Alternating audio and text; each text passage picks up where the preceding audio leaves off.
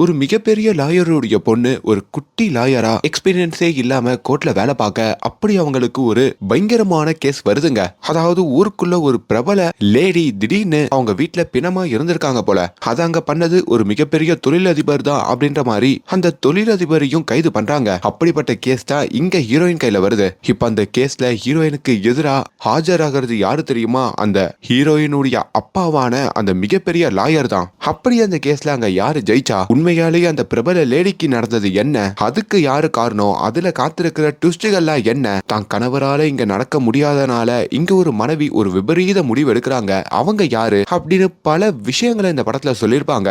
எல்லாருக்கும் வணக்கம். இன்னைக்கு நம்ம சிஸ்டம் அப்படின்ற ஒரு ஹிந்தி படத்துடைய ஸ்டோரி ரிவ்யூ தான் இந்த வீடியோல பார்க்க போறோம். இது ஒரு மஸ்ட் வாட்ச் மூவிங்க. ரொம்ப சூப்பராவே இருக்கு. தமிழ் டப்பிங்கோட இருக்கு. அதை ப்ரமோட் பண்ணதான் இந்த வீடியோ. கண்டிப்பா ஓடிடில பாருங்க. இப்ப இந்த கதையில என்ன இருக்குன்றத ஷார்ட்டா பார்த்துடலாம். லைக் கொடுக்கலனா ஒரு சின்ன லைக்கோட உள்ள வாங்க. நீங்க இப்ப பார்த்துட்டு இருக்கிறது நம்மளுடைய ஃபிளம்பை. படத்துடைய ஆரம்பத்திலேயே ரமணா அப்படின்ற மாதிரி ஒருத்தர் ஜெயிலுக்குள்ள போற மாதிரியும், இதுக்கு மேல இந்த நீதிமன்றம் சட்டம்னு சொல்லி எதையுமே நம்ப போறது இல்ல, என் வாழ்க்கையவே நான் முடிச்சுக்க போறேன் அப்படின்ற மாதிரியும் அவர் அழுதுகிட்டு இருக்காரு. அப்படி அந்த நபர் ஜெயிலுக்குள்ளேயே தான் வாழ்க்கையை முடிச்சுக்க அங்கிருந்து தான் இந்த படத்துடைய கதை ஆரம்பிக்குதுங்க. இப்போ நம்ம படத்துடைய ஹீரோயினான நேஹா அப்படின்ற மாதிரி ஒரு வக்கீல காமிக்கிறாங்க. நம்ம நேஹா அவசர அவசரமா அவங்களுடைய கோர்ட்டுக்கு வராங்க. அங்க இருக்கிற பாத்ரூம்ல வந்து அப்படியே அந்த கோட்லாம் போட்டுக்கிட்டு அப்படியே ரெடி ஆகிட்டே இருக்காங்க. அப்ப நம்ம நேஹா பக்கத்துல சாரிகா அப்படின்ற மாதிரி நம்ம படத்துடைய செகண்ட் ஹீரோயினையும் காமிக்கிறாங்க. இந்த சாரிகா அதே கோர்ட்ல ஸ்டீனோகிராஃபரா வேலை பார்ப்பாங்க. அதாவது ஜட்ஜு முன்னாடி வாதத்தெல்லாம் இந்த வக்கீல்கள் முன் வைப்பாங்கல்ல, அது ஜட்ஜுக்கு கீழே இருந்து ஒருத்தர் டைப் பண்ணிக்கிட்டே இருப்பாங்கல்ல, அந்த வேலையை தான் இங்க நம்ம சாரிகா பார்ப்பாங்க. இப்போ அவங்க கிட்டயும் கொஞ்சம் மேக்கப் எல்லாம் வாங்கி நம்ம ஹீரோயின் போட்டுக்கிட்டோம். அவங்க இப்போ வாதாட போற அந்த கேஸுக்கும் கோர்ட்ல ஆஜராகிறாங்க. ஹீரோயினுக்கு ஒரு அசிஸ்டன்டும் இருப்பாருங்க. ஆக்சுவலி ஹீரோயினே ஒருத்தருடைய அசிஸ்டண்டா தான் வேலை பார்ப்பாங்க. இப்போ அப்படி எப்படியோ கஷ்டப்பட்டு அவங்களுடைய முதல் கேஸையும் எடுத்திருக்காங்க.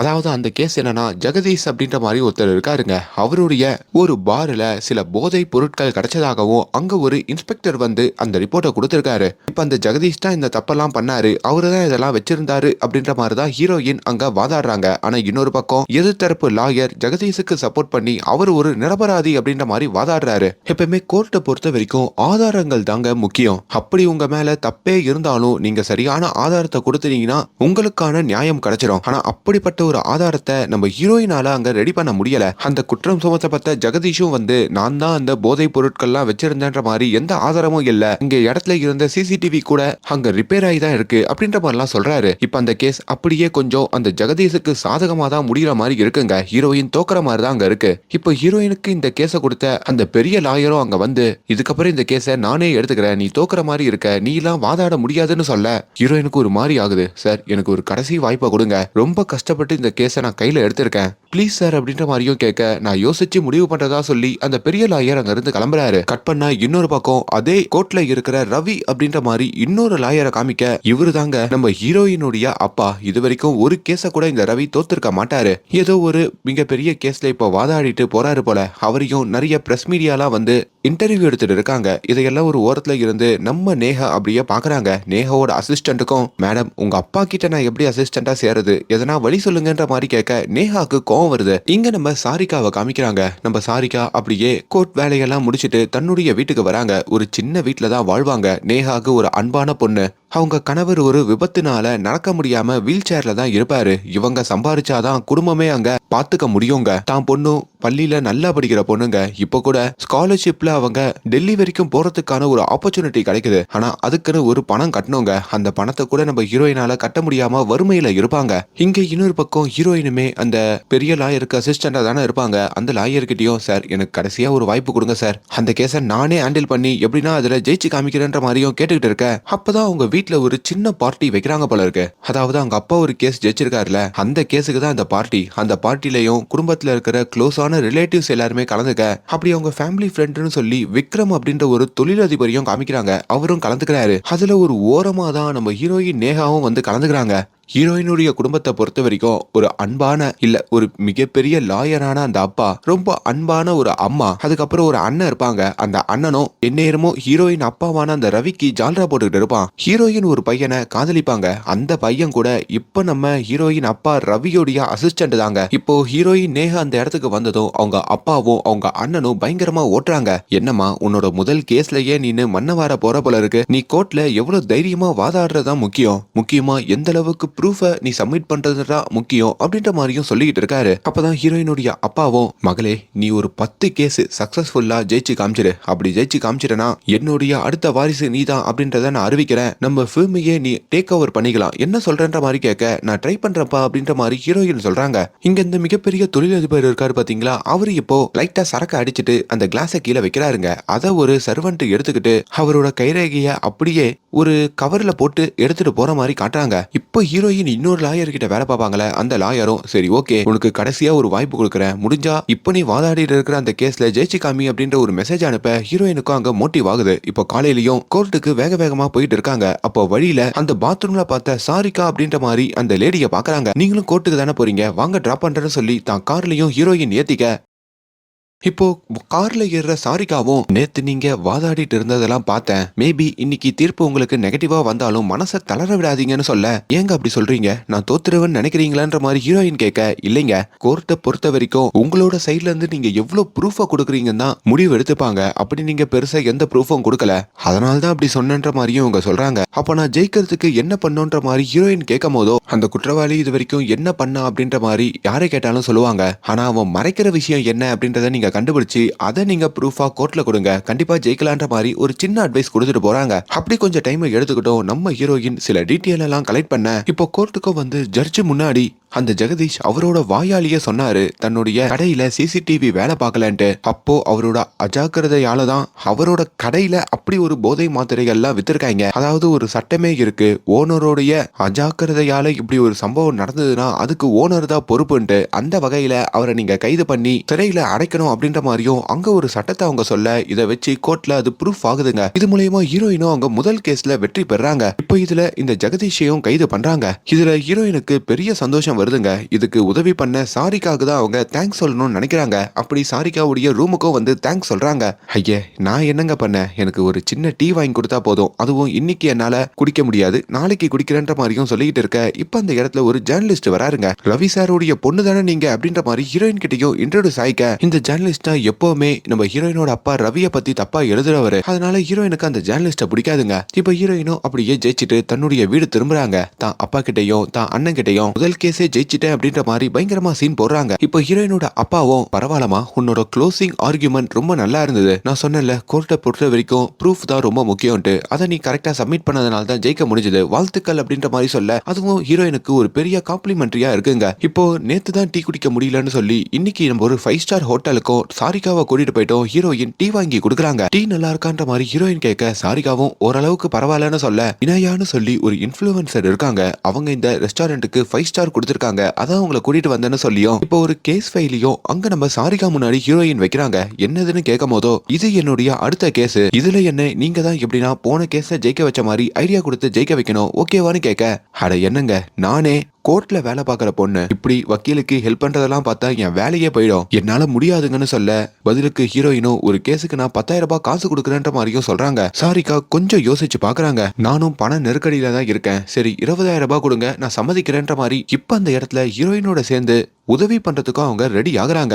எப்பவுமே கோர்ட் டைமிங் முடிஞ்சு ஒரு 2 மணி நேரம் உங்களோட இந்த கேஸ்ல உதவி பண்ண டைம் ஸ்பெண்ட் பண்றதா அங்க ஒத்துக்குறாங்க. இப்ப ராத்திரி நம்ம ஹீரோயினுமே நான் காதலிக்கிற அந்த பையனோட டைம் ஸ்பெண்ட் பண்ற மாதிரி காமிக்க, இன்னொரு பக்கம் சாரிகாவுடைய சுயரூபத்தையும் காமிக்கிறாங்க. சாரிகா கணவரால நடக்க முடியாது, வீல் சேர்ல இருப்பாருன்னு சொன்ன பாத்தீங்களா, அதனால சாரிகா ஒரு போலீஸோட தொடர்பு வச்சிருப்பாங்க. இப்ப அந்த போலீஸோடைய வீட்டுல தான் அவங்க இருக்காங்க போல. அவரோட ஒன்னா இருந்துட்டோம், ஓகே இதுக்கு மேல உங்க கூட இருந்தா என் கணவருக்கு சந்தேகம் வந்துடும், நான் வீட்டுக்கு கிளம்புறேன் அப்படின்ற மாதிரி வேக வேகமா வீட்டுக்கும் போறாங்க. அந்த போலீஸ்காரரும் சாரிகாவுடைய காதல் மயக்கத்துல இருக்கிற மாதிரி அங்க காட்டுறாங்க. இப்ப ஹீரோயின் ரெண்டாவதா ஹேண்டில் பண்ண போற கேஸ் திவ்யா அப்படின்ற மாதிரி ஒரு பொண்ணோட கேஸுங்க. அந்த பொண்ணுக்கு இப்போ 19 வயசு ஆகுதான். அந்த பொண்ணு கிட்ட ஒரு நபர் தப்பா நடந்துக்கிறதா அங்க அவங்க கேஸ் போட்டிருக்காங்க. ஆனா இப்ப அந்த நபர்கிட்ட விசாரிக்கும் போதோ அந்த பொண்ணுடைய சம்மதத்தோட தான் நான் அப்படி நடந்துக்கிறதாகவும் இப்ப காசு பறிக்கிறதுக்காக தான் அந்த பொண்ணு இப்படி கேஸ் போட்டதாகவும் அங்க சொல்றாரு. இப்ப அந்த கேஸ பத்தி விசாரிக்கிறதுக்கும் நம்ம ஹீரோயின் இந்த சாரிகா ரெண்டு பேருமே இறங்குறாங்க. எது தரப்பு லாயருமே அந்த பொண்ணும் மேஜர், இந்த பையனும் மேஜர், ரெண்டு பேருமே இப்படி இருக்கிறது ஒன்னும் தப்பில்லையே, அது இல்லாம அந்த பொண்ணு அந்த மாதிரி வேலை பார்க்குற ஒரு பொண்ணு தான், அதனால இங்க எதுவுமே தப்பில்லைன்ற மாதிரியும் சொல்ல இப்ப ஹீரோயினுக்கும் அங்க என்ன பண்றதுன்னு புரியல. சாரிகா கிட்டையும் என்ன கேஸ்ல தோக்குற மாதிரி இருக்குமே அப்படின்ற மாதிரி புலம்ப. அப்பதான் சாரிகா அந்த பொண்ணை பாக்குறதுக்கு 19 வயசு பொண்ணு மாதிரிலாம் இல்ல, இந்த ஏஜ் சர்டிபிகேட் இது எல்லாமே போலியா கூட ரெடி பண்ணலாம், நீங்க அந்த வகையில இருந்து யோசிச்சு பாருங்க, அந்த பொண்ணுடைய ஏஜ மட்டும் உண்மையான ஏஜ் என்ன அப்படின்றத கண்டுபிடிங்க, அதுக்கப்புறம் கேஸ் உங்க பக்கம் வந்துரும் அப்படின்ற மாதிரி சொல்ல இப்ப அந்த பொண்ணுடைய கைய அப்படியே எக்ஸ்ரே எடுத்து பாக்குறாங்க. அதுல ஹீரோயினுக்கு ஒரு க்ளூ கிடைக்குது. இப்ப அந்த இடத்துல ஒரு டாக்டரை கூப்பிட்டோம். இந்த போன் உள்ள ஒரு பொண்ணுக்கு என்ன வயசு இருக்குன்ற மாதிரி கேட்க அவரும் 16 வயசு தான் இருக்குன்ற மாதிரி சொல்றாரு. அதை வச்சு இந்த பொண்ணு சின்ன பொண்ணு தான், அப்படி சின்ன பொண்ணு கிட்ட தப்பா நடந்ததுக்காக இப்ப அவரை நீங்க கைது பண்ணலாம்ல அப்படின்ற மாதிரியும் அவங்க ஆர்குமெண்ட்டை ப்ரூஃபோட வைக்கிறாங்க. ஆனா அதையும் எதிர்த்தரப்பு லாயர் வந்து உடைக்கிறாரு. அதாவது அதே டாக்டர் கிட்ட இந்த பொண்ணுக்கு 16 வயசு தான் இருக்குன்றத நீங்க எப்படி சொல்றீங்க, ஏன்னா இந்த போன் உள்ளவங்க 18 வயசுக்கு மேலேயும் 19 வயசுலயும் இருக்கலாம்ல, அதிக வயசு உள்ளவங்களுக்கு போன் வளராமையும் இருக்கலாம்ல, அதுக்கான பாசிபிலிட்டி இருக்கான்னு கேட்க அதுக்கும் அந்த டாக்டர் ஒத்துக்கிறாரு. இப்ப மறுபடியும் அந்த கேஸ்ல ஒரு குழப்பம் ஏற்படுது. அப்பதான் ஒரு நாள் நம்ம ஹீரோயின் நம்ம சாரிகாவுடைய வீட்டுக்கு வராங்க. அப்பதான் சாரிகாக்கு ஒரு பொண்ணு இருக்கிறதும் அவங்க ரொம்ப கஷ்டப்பட்டு படிக்கிறதும் ஸ்காலர்ஷிப்ல கூட வெளியே போக முடியாம இருக்கிறதெல்லாம் கேள்விப்பட்டு அந்த பொண்ணுக்கும் உதவி பண்றாங்க. சாரிகாவோட கணவரையும் பாக்குறாங்க. அவரால் நடக்க முடியாது அப்படின்றதெல்லாம் தெரிஞ்சு ஒரு மாதிரி எமோஷனல் ஆகுறாங்க. இப்ப நம்ம ஹீரோயின் அவங்க வீட்டுல இருக்கும் போதோ அவங்களுக்கு அந்த ஜேர்னலிஸ்ட் இருக்காரு பாத்தீங்களா, அதான் முன்ன கூட சாரிகாவோட பேசியிருப்பாரு, அந்த ஜேர்னலிஸ்ட் ஒரு வீடியோ அனுப்புறாருங்க. அது இப்ப இவங்க ஹேண்டில் பண்ற அந்த பொண்ணுடைய கேஸ பத்தி தாங்க. அந்த பொண்ணு கிட்ட உண்மையாலேயே அந்த நபர் தப்பா தான் நடந்துக்கிறாரு போல, அந்த பொண்ணுக்கு உண்மையிலே 15 வயசு தானா, அது இப்போ வீடியோ எவிடன்ஸோட கிடைக்குதுங்க. இப்ப இதை உடனடியா கோர்ட்லயும் நம்ம ஹீரோயின் சப்மிட் பண்றாங்க. அதை வச்சு ஜட்ஜுமே பயங்கரமா கோவப்படுறாரு. இப்ப உடனடியா அந்த பொண்ணு பக்கம் அந்த தீர்ப்பை எழுதுறாரு. அப்படி அந்த பொண்ணு கிட்ட தப்பா நடந்ததுக்காக அந்த நபருக்குமே 20 வருஷம் சிறை தண்டனை கொடுக்கிறாரு. சோ இப்படி நம்ம சாரிகாவோட சேர்ந்து நம்ம ஹீரோயின் ஒவ்வொரு கேஸ்லயும் ஜெயிச்சுக்கிட்டே வராங்க. இங்க நம்ம சாரிகா இருக்காங்க பாத்தீங்களா, அவங்க தான் கணவரோட இருக்கும் போதோ அவங்க கணவர் கொஞ்சம் ஃபீல் பண்றாருங்க, என்னால நடக்க முடியல, உன்னோட நார்மலான வாழ்க்கைய வாழ முடியலன்ற மாதிரி நீ எதனா தப்பான முடிவு எடுத்துறியா, இப்ப நீ போயிட்டு இருக்கிற திசையெல்லாம் கரெக்டா அப்படின்ற மாதிரி கேட்க சாரிகாவும் நான் என்ன பண்ணிட்டு இருக்கேன் அப்படின்றது எனக்கு தெரியும், எல்லாத்துக்கும் ஒரு காரணம் இருக்கு அப்படின்ற மாதிரியும் அங்க சொல்றாங்க. சாரிகா இந்த கோர்ட்ல வேலை பார்க்கறது ஹீரோயினுக்கு ஹெல்ப் பண்றதையும் தாண்டி சின்ன பசங்களுக்கு டியூஷன் எடுக்கிற வேலையும் பார்ப்பாங்க. அப்படி ஒரு சின்ன பையனுக்கு டியூஷன் எடுக்க ஒரு அபார்ட்மெண்ட்டுக்கும் போயிட்டு வருவாங்க. அப்படி ஹீரோயினோட கேஸ் ஜெயிச்சதுனால இன்னொரு பார்ட்டி வேற வைக்கிறாங்க. அதுலயும் சாரிகா கலந்துகிட்டு ரொம்ப நாளுக்கு அப்புறம் ஜாலியா என்ஜாய் பண்ற மாதிரியும் அங்க காட்டுறாங்க. இப்படியே நாட்கள் கடந்து போகுதுங்க. ஹீரோயின் ஒரு கேஸ் 2 கேஸ் அப்படின்னு சொல்லி இப்போ 9 கேஸ் வரைக்கும் ஜெயிச்சிடுறாங்க. இன்னும் தான் அப்பா சொன்ன மாதிரி 10 கேஸ் ஜெயிக்கிறதுக்கு ஒரு கேஸ் மட்டும் தாங்க பெண்டிங்ல இருக்கு.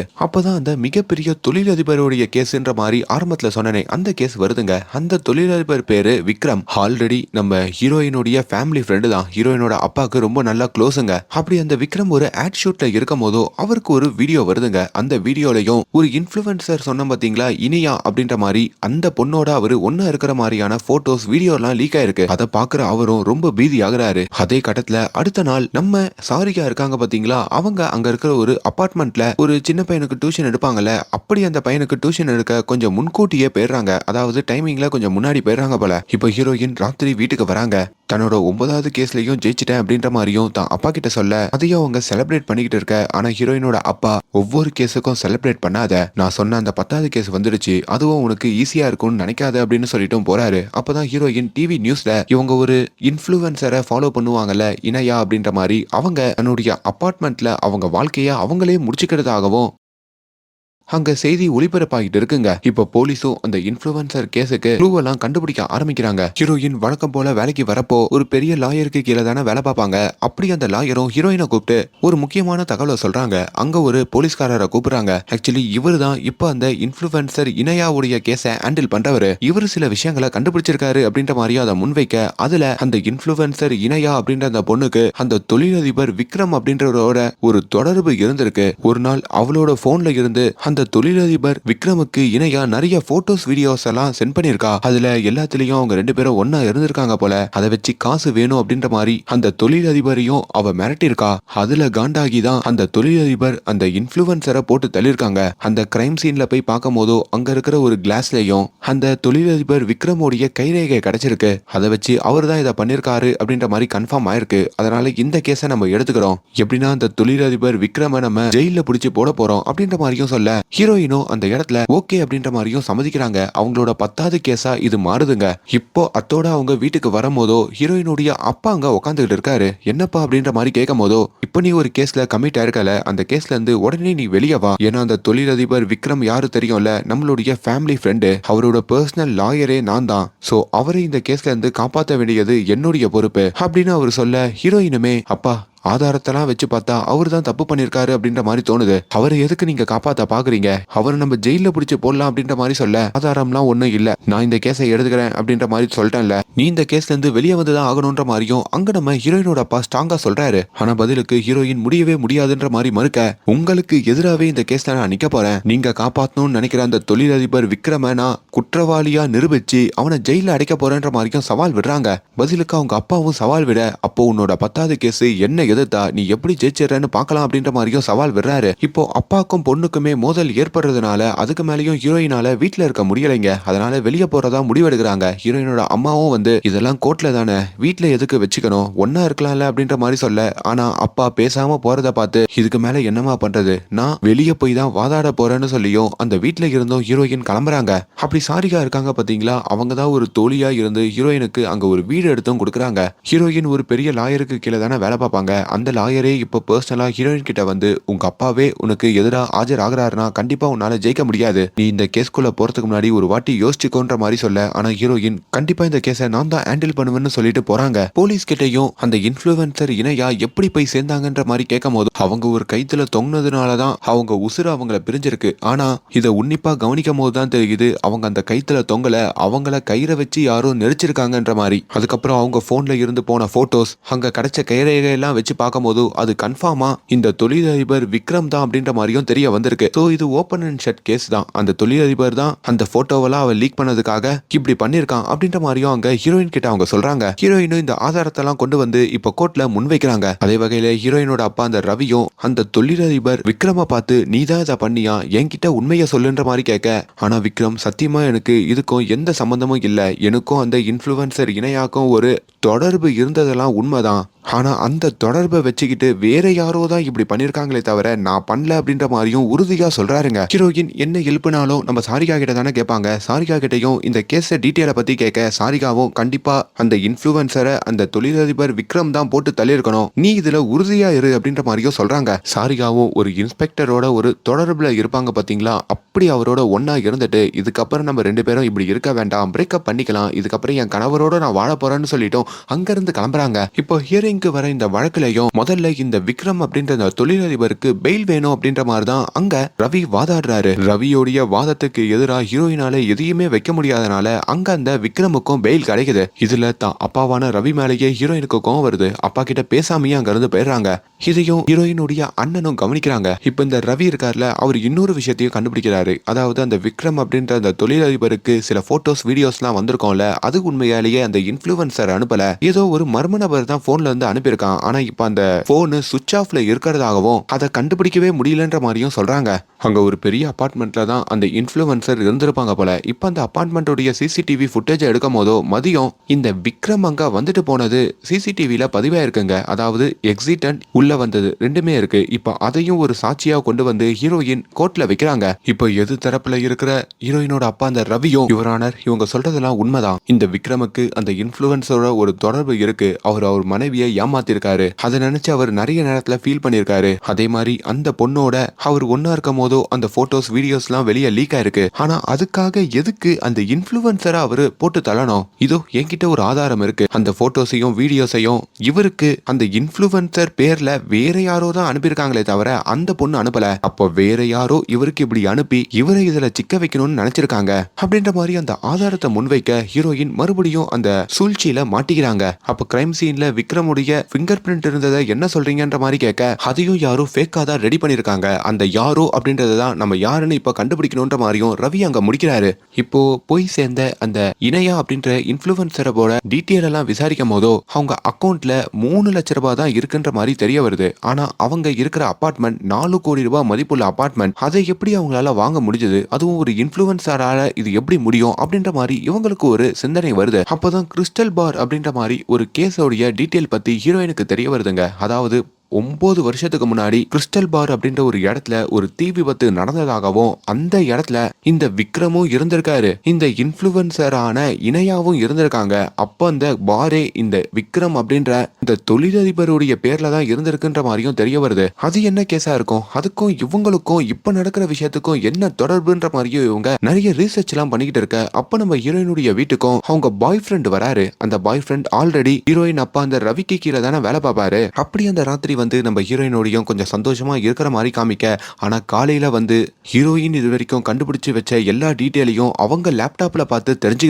தெரிஞ்சுக்கிட்டோம். அங்கிருந்து கிளம்ப அதை ஹீரோயின் கவனிக்கிறாங்க. அட பாவி, அப்ப நீங்க வந்ததே இந்த தகவல் எல்லாம் தெரிஞ்சுக்கிட்டு அதை கண்டுபிடிக்கிறதுக்கு தானா அப்படின்ற மாதிரி கேட்க, நான் வந்ததுதான் உனக்கு தெரியும், ஆனா என்ன அனுப்புனது யாரு தெரியுமா, உங்க அப்பா தான் சொல்லிட்டோம். அவர் அங்க இருந்து போக ஹீரோயினுக்கு இது ஒரு பெரிய துரோகமா அங்க தெரியுதுங்க. அவங்களுக்கு பயங்கர கோவம் வருது. இப்ப கோர்ட்ல அடுத்த ஹியரிங்க்கு வர ஹீரோயின் கிட்ட எடுத்த டீட்டெயில் எல்லாம் வச்சு அவங்க அப்பா ரவியும் அவர் தரப்புல அந்த வாதத்தை வைக்கிறாங்க. ஆனா அங்கதான் ஹீரோயின் இன்னொரு ட்விஸ்ட் வச்சிருக்காங்க. அதாவது அந்த பார் அப்படின்ற மாதிரி முன்னாடி ஒரு கேஸ் சொன்ன பாத்தீங்களா, அந்த கேஸோடைய டீட்டெயில அவங்க தனியா வச்சிருப்பாங்க போல. இப்போ அதையும் அவங்க சப்மிட் பண்றாங்க. உடனே ரவி இருந்து 9 வருஷத்துக்கு முன்னாடி நடந்த அந்த பார் கேஸுக்கும் இதுக்கும் என்ன தொடர்புன்ற மாதிரி கேட்க, அப்பதான் ஹீரோயினும் தொடர்பு இருக்கு. அந்த பார் இப்ப இருக்கிற இந்த விக்ரம் அப்படின்ற இந்த தொழிலதிபர் தான் நடத்திருக்காரு. அந்த பார்ல ஒரு விபத்து நடந்திருக்கு. அந்த விபத்துல 4 பேர் போய் சேர்ந்திருக்காங்க. அந்த பழி இந்த விக்ரம் மேலதான் வந்தது. இவருடைய அலட்சியத்தினால்தான் அப்படி ஒரு விபத்து நடந்தது அப்படின்ற மாதிரியும் தெரிய வந்தது. ஆனா அதுக்கான சாட்சிகள் அப்போ எதுவுமே இல்ல. அப்போ ஒரு சாட்சியா அந்த பார்ல ஒரு கஸ்டமரா வந்த இந்த இன்ஃபுளுசர் இணையாதான் சாட்சி சொல்ல முன் வந்திருக்காங்க. ஆனா கொஞ்ச நாள்லயே அவங்க சாட்சிய மாத்தி சொல்லியிருக்காங்க. அப்படி மாத்தி சொன்ன கொஞ்ச நாள்ல அவங்க பேங்க்குக்கு ஒரு பெரிய அமௌண்ட் வந்திருக்கு. ஆனா அந்த அமௌண்ட்டுடைய டீட்டெயில் எங்க கிட்ட இல்ல. அதுக்கப்புறம் தான் அவங்க இந்த அபார்ட்மெண்ட்லாம் வாங்கியிருக்காங்க. ஒரு பணக்காரியா மாறி இருக்காங்க. இந்த விக்ரமோட அவங்களுக்கு ஒரு தொடர்பும் வந்திருக்கு. ஸோ இதையெல்லாம் வச்சு பார்க்கும் போதோ இந்த விக்ரம் தான் அதுக்கப்புறம் இந்த இணையாவை விலைக்கு வாங்கியிருக்காரு. அப்படி அதை வச்சு தன்னை மிரட்டுறதுனால அந்த காரணத்துக்காக தான் இணையாவை இந்த விக்ரம் இப்போ போட்டு தள்ளியிருக்கிறதா அங்க இவங்க ஒரு வித்தியாசமான முறையீட வைக்கிறாங்க. அதை பார்த்து எல்லாரும் சிரம்பிச்சு போக, நீங்க சொல்ற எல்லா டாக்குமெண்ட்டையும் கூடிய சீக்கிரம் நீங்க கோர்ட்ல சப்மிட் பண்ணணும். அதாவது 9 வருஷத்துக்கு முன்னாடி இருக்கிற அந்த கேஸ் டீட்டெயிலும் அதுக்கப்புறம் அந்த டிரான்சாக்ஷன் டீட்டெயில்னு சொல்லி எல்லாத்தையும் சப்மிட் பண்ணுன்ற மாதிரியும் உத்தரவு. அந்த ப்ரூஃப் எல்லாருமே விக்ரம் கிட்ட தாங்க இருக்கு. விக்ரமே அவரோட வக்கீலான இந்த ரவி கிட்ட கொடுக்குறாங்க. ரவி அதை பார்க்கும் போதோ இந்த ப்ரூஃபை மட்டும் கொடுத்தா கண்டிப்பா விக்ரம் மாட்டிப்பாரு, என்னடா பண்றது அப்படின்ற மாதிரி தான் பையன் கிட்டையும் கேட்க, ஆமாப்பா நம்மளும் அப்ப கேஸ தோத்துற மாதிரி தான் இருக்கும் போல இருக்கு அப்படின்ற மாதிரி அவர் சொல்றாரு. அப்பதான் அங்க ஒரு ஐடியா பண்றாங்க. அதாவது ப்ரூஃப் அப்படின்னா அந்த ஒரு வருஷத்துல நடந்த எல்லா டிரான்சாக்ஷன் இது அதுன்னு சொல்லி மொத்தமா தானே நம்ம கொடுக்கணும். அப்படி மொத்தமா கொடுக்கும் போதோ அதுல நடுவில் நம்ம சொறி விட்டுடலாம். அதை தேடி கண்டுபிடிக்கிறதுக்கே தான் பொண்ணுக்கு 1 வருஷம் கிட்ட தேவைப்படும். அடுத்த ஹியரிங்குள்ளலாம் அவளால் தேடி கண்டுபிடிக்க முடியாது. இதுதான் நம்ம ஐடியா அப்படின்ற மாதிரி சொல்றாங்க. அப்படி அந்த முக்கியமான ப்ரூஃபை எல்லா ப்ரூஃபோடையும் அவங்க கலந்து விட்டுறாங்க. படத்தோட ஓப்பனிங் சீன்ல ரமணான ஒருத்தர் தனக்கு நியாயம் கிடைக்கலான்னு சொல்லி சிறைச்சாலையிலேயே அவர் வாழ்க்கையை முடிச்சுப்பாரு பாத்தீங்களா, அவரை பத்தியான டீட்டெயில் நம்ம ஹீரோயினுக்கு கிடைக்குதுங்க. அவரை பத்தி விசாரிக்கிறதுக்கும் ஒரு வயசான வக்கீல வந்து பாக்குறாங்க. அப்படி அந்த வக்கீலும் சில உண்மைகளை சொல்றாங்க. இப்ப ஹீரோயின் அவங்களுடைய வீட்டுல இருக்க அந்த ப்ரூஃப் எல்லாத்தையுமே எடுத்து வச்சு அந்த முக்கியமான ப்ரூஃப் எங்க இருக்குன்ற மாதிரியும் தேடிக்கிட்டு இருக்காங்க. அப்பதான் ஹீரோயினை பார்க்க தான் அண்ணன் வராருங்க. என்னடா இங்க வந்திருக்க, நீயும் வேவ் பார்க்க வந்துட்டியான்னு கேட்க, இல்ல அம்மா உனக்கு சாப்பாடு கொடுத்தாங்க அதான் உனக்கு கொடுக்கலான்னு வந்தேன்ற மாதிரி இப்ப அந்த சாப்பாட்டையும் கொடுத்துட்டு அங்க இருக்கிற ப்ரூஃப் ஃபைல் எல்லாத்தையுமே அவர் தேடுறாரு. அதுல ஒரு முக்கியமான ஃபைலையும் அவர் மேல எடுத்து வச்சுட்டு போவ, இப்ப தான் அண்ணன் போனதுக்கு அப்புறம் தான் ஹீரோயினுக்குமே புரியுது, நம்ம தேடிட்டு இருக்கிற அந்த முக்கியமான ஃபைலை நம்ம அண்ணன் தான் நம்மளுக்கு ஹெல்ப் பண்ணி மேல எடுத்து வச்சு போயிருக்கான் அப்படின்ற மாதிரி. அதுக்கப்புறம் தான் அண்ணன் மேலேயும் ஹீரோயினுக்கு ஒரு பெரிய மரியாதை வருதுங்க. இப்ப அதை பார்த்ததும் ஹீரோயின் ஷாக் ஆகி நேரா நம்ம சாரிகாவை வந்து பாக்குறாங்க. சாரிகா கிட்டையும் இதையெல்லாம் யாரு பண்ணா, அந்த குற்றவாளி யாரு அப்படின்றத நான் கண்டுபிடிச்சிட்டேன் அப்படின்ற மாதிரியும் வந்து சொல்றாங்க. சாரிகாவும் சூப்பரு, அப்போ உடனே நாளைக்கு கோர்ட்ல அதை ப்ரூவ் பண்ணிடலாம் அப்படின்ற மாதிரி சொல்ல, அதுக்கு முன்னாடி உன் கூட நான் தனியா பேசுறோம் அப்படின்ற மாதிரி சொல்லிட்டு இப்ப நம்ம சாரிகாவுடைய வீட்டுக்கும் ஹீரோயின் வராங்க. அப்படி சாரிகாவோட பொண்ணையும் வெளியே அனுப்பிட்டு சாரிகா அவங்க கணவர் 2 பேரையும் உட்கார வச்சுட்டோம். நம்ம ஹீரோயின் இந்த எல்லா சம்பவத்தா பண்ண குற்றவாளி அந்த இன்ஃப்ளூவன்ஸ் ஆன இணையாவை போட்டு தள்ளினதே நீதான் சாரிகா அப்படின்ற மாதிரி நம்ம சாரிகாவை சொல்றாங்க. சாரிகா ஷாக் ஆகுறாங்க. எதுக்காக என்ன சொல்றன்ற மாதிரி கேட்டதுக்கு, நான் கொஞ்ச நேரத்துக்கு முன்னாடி ஒரு பெரிய வக்கீல போய் பார்த்தேன். அதாவது ஒரு பெரியவர். அவருதான் உன்னுடைய தம்பியான ரமணாவை பத்தி ஒரு கதையை சொன்னாரு. அதை வச்சுதான் நான் இப்ப இந்த கேஸ்ல கண்டுபிடிச்சிருக்கிற அந்த பாருடைய விபத்தை பத்தியும் கனெக்ட் பண்ணிக்க முடிஞ்சது அப்படின்ற மாதிரி அவங்க சொல்றாங்க. அப்படி அந்த ரமணா ஒரு வீண் பழிய வாங்கிக்கிட்டு சிறைச்சாலைக்கு போயிருக்கான். அவனுடைய அக்காவா நீ பழி வாங்கணும்னு நினைச்சுதான் அந்த பார் விபத்துல சம்பந்தப்பட்டவங்களெல்லாம் நீ பழி வாங்கியிருக்க. இதுக்கு முன்னாடி நான் ஹேண்டில் பண்ண கேசஸும் அந்த விபத்துல சம்பந்தப்பட்டவங்க தான். அதாவது ஓப்பனிங்ல கூட ஹீரோயின் ஜெகதீஷ்னு சொல்லி போதைப் பொருள் வச்சிருந்தாருன்னு ஒரு கேஸ் ஹேண்டில் பண்ணிருப்பாங்களே அந்த கேஸ், அதுக்கப்புறம் ஒரு பொண்ணு கிட்ட ஒருத்தர் தப்பா நடந்த கேஸ்னு சொல்லி எல்லாமே வந்திருக்கோங்க. அதையெல்லாம் அங்க சொல்லிட்டு எதுக்காக இதை பண்ண இப்பவாச்சு சொல்றியான்ற மாதிரி கேட்கும் போது தான் அங்க சாரிகா உண்மையை சொல்றாங்க. 9 வருஷத்துக்கு முன்னாடி விக்ரம் அப்படின்ற இந்த தொழிலதிபர் தான் அந்த பாரை நடத்தினாரு. அது ஒரு ரெஸ்டாரண்ட்டும் கூட. ஃபேமிலியா நிறைய பேர் வந்து சாப்பிடுவாங்க. கூட்டம் அதிகமா வரதுனாலேயே பாதுகாப்பையும் மீறி அங்க நிறைய டேபிள போட்டு சாப்பிட வச்சாங்க. அதுல சின்னதா எதனா விபத்து வந்தா கூட எல்லாராலையும் தப்பிக்க முடியாத சூழ்நிலை ஏற்படுது. அப்போ ஒரு சர்வெண்டா அங்க வேலை பார்த்தவர் தான் இப்ப என் கணவரா இருக்கிற இவரும் என்னுடைய தம்பியான ரமணாவும். அப்ப அங்க மேனேஜரா வேலை பார்த்தவரு ஓப்பனிங்ல நம்ம ஹீரோயின் ஒரு கேஸ்ல ஜெகதீஷ்னு ஒருத்தரை உள்ள அனுப்பியிருப்பாங்களே அந்த ஜெகதீஷ் தாங்க. அவரு தான் அதிகமா டேபிள் போறதுக்கு பர்மிட் கொடுத்திருப்பாரு. அது மூலயமா அங்க ஒரு தீ விபத்து ஏற்பட்டிருக்கும். அந்த விபத்துல நிறைய பேரு காயமடைஞ்சு அதுல 4 பேர் இறந்திருப்பாங்க. ஆனா அந்த பழிய அந்த மேனேஜர் ஜெகதீஷும் ஏத்துக்காம அந்த பாருடைய ஓனர் விக்ரமும் ஏத்துக்காம இது எல்லாத்துக்கும் காரணம் அங்க சர்வெண்டா வேலை பார்த்த இந்த ரமணா தான் அப்படின்ற மாதிரி நம்ம சாரிகாவுடைய தம்பி மேல பழிய போட்டு அவரை ஜெயிலுக்கு அனுப்பிடுவாங்க. அப்ப அந்த கேஸை ஹேண்டில் பண்ணது யாரு தெரியுமா? விக்ரம் சார்பா நம்ம ஹீரோயினுடைய அப்பா தாங்க ஆஜராயிருப்பாரு. அவரு தான் விக்ரம காப்பாத்தணும்னு சொல்லி இங்க சாரிகாவோட தம்பியான ரமணாவையே ஜெயிலுக்கு அனுப்பியிருப்பாரு. சோ அவரும் இதுக்கு உடந்தை தான். ஜெயிலுக்குள்ள போய் மனசு நொந்து போய் தப்பே பண்ணாம உள்ள வந்துட்டோமேன்ற ஒரு வருத்தத்துல ரமணா அவன் வாழ்க்கையை முடிச்சிருப்பான். இதுலதான் நம்ம சாரிகாக்கு கோவம் வந்திருக்கோம். இவங்க எல்லாரையும் பழி வாங்கணும்னு நினைச்சிருப்பாங்க. அப்படி அந்த மேனேஜரான ஜெகதீஷ இந்த போதை பொருள் வச்சிருந்தான் அப்படின்ற ஒரு வழக்குல ஜெயிலுக்கு அனுப்புனதும் இவங்களோட பிளான் தாங்க. உண்மையிலே அவன் அப்படிலாம் வச்சிருக்க மாட்டான். இவங்க ஒரு இன்ஸ்பெக்டரோட க்ளோஸா இருந்திருப்பாங்கல்ல. அப்படி அந்த இன்ஸ்பெக்டர் கிட்ட கொடுத்து அதை அங்க வைக்க சொல்லி அது மூலயமா கேஸ போட்டு அந்த கேஸ் நம்ம ஹீரோயினுக்கு வர மாதிரி வச்சு அவனை ஜெயிலுக்கு அனுப்பியிருப்பாங்க. ரெண்டாவது அந்த தப்பா நடந்த நபரும் இந்த கேஸ்ல இன்வால்வ் ஆனவன் தான். சோ ஒவ்வொருத்தரையும் இப்படி தண்டிச்சுட்டு இது எல்லாத்துக்கும் மூல காரணமா இருந்த அந்த தொழிலதிபர் விக்ரம பெருசா தண்டிக்கணும்ன்ற மாதிரி நினைக்கிறாங்க. அப்பதான் ஓப்பனிங்ல கூட ஒரு பார்ட்டி வச்சிருப்பாங்க. அந்த பார்ட்டியில கூட விக்ரமுடைய கிளாஸ அவர் கைரேகை இருக்கிற மாதிரி ஒருத்தர் எடுத்துட்டு போயிருப்பாங்கல்ல, அது நம்ம சாரிகா தான். அப்படி அந்த கிளாஸ கொண்டு வந்து இந்த விக்ரமுடைய தொடர்புல இருக்கிற அந்த இன்ஃப்ளூயன்சர் பொண்ணு வீட்டுல வச்சிருப்பாங்க. அப்படி அந்த பொண்ணோட அந்த அபார்ட்மெண்ட் இருக்கு பாத்தீங்களா, அதான் நம்ம சாரிகா கூட ஒரு டியூஷன் எடுக்கணும்னு சொல்லி ஒரு அபார்ட்மெண்ட்டுக்கு போவாங்களே, அவங்க போறதே விக்ரமையும் அந்த இன்ஃப்ளூயன்சர் பொண்ணையும் நோட் பண்ணதுக்கு தான். அப்படி டியூஷன் முடிஞ்ச டைம்ல ஒரு புது போனை வச்சு அவங்க 2 பேரையும் வீடியோ எடுத்ததும் நம்ம சாரிகா தான். அந்த வீடியோ வச்சு விக்ரம மிரட்டினதும் சாரிகா தான். முக்கியமா அந்த இன்ஃப்ளூயன்சர் பொண்ணு அதுக்கப்புறம் போட்டு தள்ளினதும் சாரிகா தான். ஏன் அப்படின்னு கேட்டீங்கன்னா அந்த இன்ஃப்ளூயன்சர் பொண்ணு தான் அதே பார்ல, அதாவது 9 வருஷத்துக்கு முன்னாடி அந்த பார்ல சாப்பிட வந்திருப்பாங்க. அப்ப அங்க நடந்த அநியாயங்கள் எல்லாத்தையும் கண்கூடா பார்த்திருப்பாங்க. ஆனா அதை அவங்க வெளியே சொல்லாம கோர்ட்ல வந்து இந்த விக்ரம் கிட்ட காசை வாங்கிக்கிட்டு மாத்தி சொன்னதுனால தான் நம்ம சாரிகா தம்பியான ரமணா மேலேயே பழி வந்திருக்கோங்க. அவங்க தான் ரமணா தான் இதை பண்ணா அப்படின்ற மாதிரி சாட்சி சொல்லியிருப்பாங்க. அதுக்கப்புறம் தான் ரமணா ஜெயிலுக்கு போய் அவன் வாழ்க்கையை முடிச்சிருப்பான். சோ அதுக்கு அவங்க காரணமா இருந்ததுனால தான் அவங்க கதையை நம்ம சாரிகா அவங்க கையாலேயே முடிச்சிருப்பாங்க. இதெல்லாம் கேட்க கேட்க ஹீரோயினுக்கு ஷாக்கிங்கா இருக்குங்க. அப்ப என்ன எதுக்கு இந்த கேஸ்ல மாட்டி விட்டேன்ற மாதிரி கேட்க, நான் உன்னை மாட்டி விடலன்னு நினைக்கல, நீயா தான் என்கிட்ட வந்து உதவி கேட்ட, உன்னை யூஸ் பண்ணிக்கணும் தான் நினைச்சேன், அப்படிதான் யூஸ் பண்ணிக்கிட்டேன். இருந்தாலும் இப்ப நான் நியாயத்துக்காக தான் எவ்வளவு போராடி இருக்கேன். எனக்கு நியாயம் கிடைக்கல, அதை நான் இப்படி கிடைக்கிற மாதிரி பண்ணிக்கிட்டேன். இப்ப நாளைக்கு மட்டும் நீ உனக்கு கிடைச்ச சாட்சிகள் எல்லாம் எழுதிட்டு போயிட்டு கோர்ட்ல சப்மிட் பண்ணாலே அந்த விக்ரம கைது பண்ணிடுவாங்க. அவன் மட்டும் கைதாயிட்டானா என்னுடைய ரிவெஞ்ச் எல்லாமே கரெக்டா நல்லபடியா போய் சேர்ந்துரும். அது உன் கையில தான் இருக்குன்ற மாதிரி சொல்ல, ஆனா ஹீரோயினும் நான் பொய் சொல்ல மாட்டேன்னு சொல்றாங்க. இது எல்லாத்தையும் பண்ணது நீதானே, உன்னை நான் மாட்டி விட போறேன்னு சொல்ல, என்ன மாட்டி விட உங்ககிட்ட என்ன சாட்சி இருக்குன்னு கேட்கும் போதோ அப்பதான் சாரிகா பேசின எல்லாத்தையும் அவங்க ரெக்கார்ட் பண்ணி வச்சிருப்பாங்க. அந்த ரெக்கார்டர் வாய்ஸையும் இப்ப போட்டு காமிக்க சாரிகா ஷாக் ஆகுறாங்க. அவ்வளவுதான் மாட்டிக்கிட்டோம் அப்படின்ற மாதிரி நினைக்கிறாங்க. இப்போ அடுத்த நாளுமே ஹீரோயின் தான் அப்பா கிட்ட வந்து 9 வருஷத்துக்கு முன்னாடி நடந்த அந்த பார் கேஸ்ல அந்த விக்ரம் தப்பு பண்ணான்னு தெரிஞ்சுமே அந்த விக்ரம் விக்ரம நீங்க காப்பாத்தீங்களான்னு கேட்க அவரும் ஆமா காசு வாங்கிட்டேன், அதனால தான் காப்பாத்தினேன், அது என்னுடைய தப்பு தான் அப்படின்ற மாதிரியும் ஒத்துக்கிறாருங்க. இப்போ கோர்ட்டுக்கு வர ஹீரோயினோ என்ன முடிவு எடுக்குதுன்னு தெரியாம அப்பதான் அங்க ஒரு முடிவு எடுக்கிறாங்க. அதாவது அவங்களுக்கு கிடைச்ச அந்த ப்ரூஃபை சப்மிட் பண்றாங்க. அந்த ப்ரூஃப் எல்லாமே அந்த விக்ரமுக்கு எதிராக தாங்க இருக்கு. இப்போ அந்த ப்ரூஃப் தான் பொண்ணுக்கு கிடைச்சிருச்சு அப்படின்ற மாதிரி தெரிஞ்ச உடனே அங்க எதிர் தரப்புல இருக்கிற ரவியும் நம்ம ஹீரோயினுடைய அண்ணனும் அப்படியே லேப்டாப்பை மூடுற மாதிரியும் இப்ப ஜட்ஜுமே அதை பார்த்துட்டு விக்ரம் தான் அப்ப அந்த இன்ஃபுளுசர் பொண்ணை போட்டு தள்ளியிருக்கான்ற மாதிரியும் கேஸை முடிக்கிறாங்க. அதுக்கப்புறம் அந்த விக்ரமுக்கு ஆயுள் தண்டனையும் கொடுக்குறாங்க. விக்ரமோ ஐயா நான் இதை பண்ணவே இல்லை, இதை நான் பண்ணவே இல்லைன்ற மாதிரி கதறிக்கிட்டே அங்க ஜெயிலுக்கு போற மாதிரி காட்டுறாங்க. இதை எல்லாமே ஜட்ஜுக்கு கீழே உட்காந்து டைப் பண்ணிக்கிட்டு இருக்கிற நம்ம சாரிகாவுக்கு ஒரு மாதிரி எமோஷனல் ஆகுதுங்க. இந்த உண்மையெல்லாம் தெரிஞ்சுமே நம்மளை காப்பாற்றணும்னு இந்த பொண்ணு இப்படி பண்ணிருக்காளேன்ற மாதிரி ஹீரோயின் மேல ஒரு மதிப்பு வருது. ஸோ இப்படி பழி வாங்கணும்னு சொல்லிதாங்க அவங்க விருப்பமே இல்லாம தான் அந்த போலீஸ்காரர் கூட கூட நம்ம சாரிகா ஒரு தொடர்புல இருந்திருப்பாங்க போல.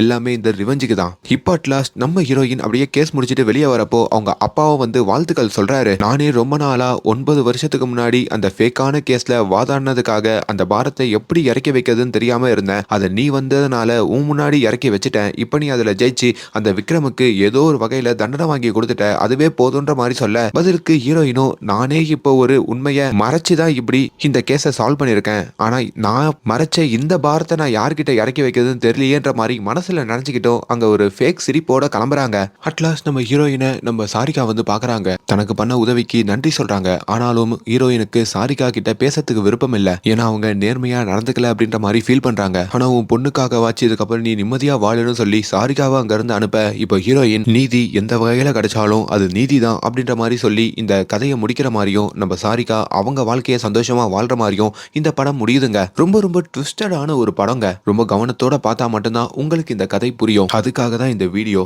கண்டிப்பா OTTல பாருங்க. அண்ட் மேலும் இந்த மாதிரியான வீடியோஸை தொடர்ந்து பார்க்கறதுக்கு நம்மளுடைய சேனலை சப்ஸ்கிரைப் பண்ணுங்க. Thank you so much.